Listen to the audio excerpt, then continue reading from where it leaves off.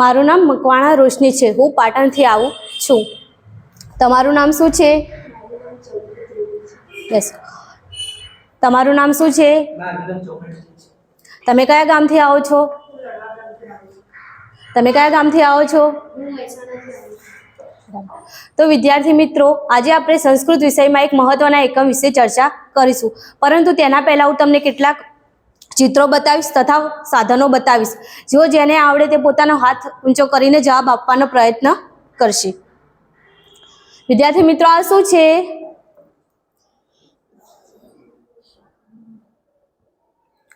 ખુશી, આને સંસ્કૃતમાં કંદુકમ કહેવામાં આવે છે. બેસ. આ શું છે?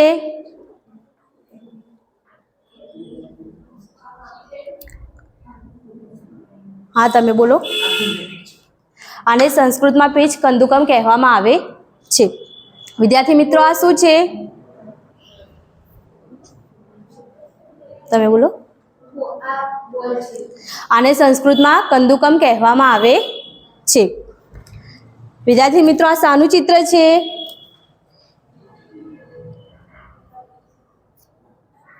તમે બોલો.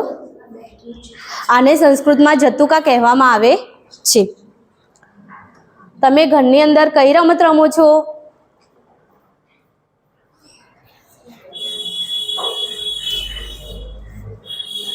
તમે બોલો.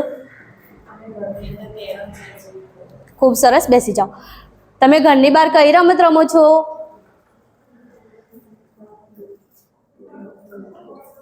તમે બોલો. ઉભા રહો. તમે ઘરની બહાર કઈ રમત રમો છો? અમે ઘરની બહાર ખોખો, કબડ્ડી છે. બેસી જાઓ. તમે મેદાનમાં કઈ રમત રમો છો?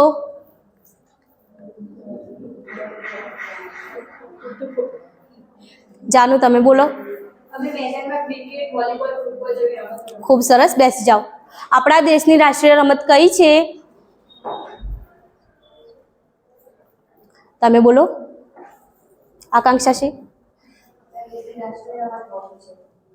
ભારતના કયા ખેલાડીને ભારત રત્ન ખિતાબથી સન્માનિત કરવામાં આવ્યા હતા? ધ્રુવી, તમે બોલો.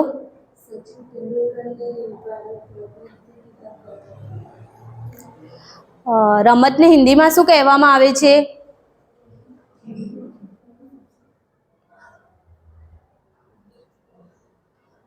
ખુશી, તમે બોલો. રમતને હિન્દીમાં ખેલ કહેવામાં આવે છે. બેસી જાઓ. જો નવરાત્રી દરમિયાન ઉજવાતા ઉત્સવને નવરાત્રી મહોત્સવ કહેવામાં આવે તો ખેલ દરમિયાન ઉજવાતા ઉત્સવને શું કહેવામાં આવે છે?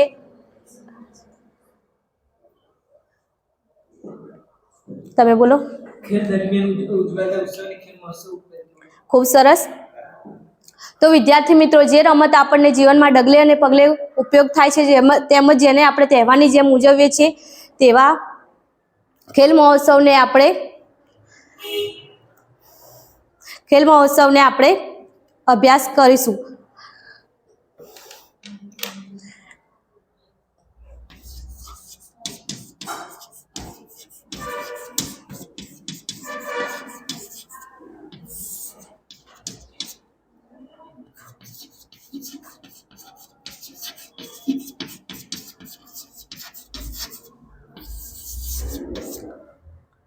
ધન્યવાદ.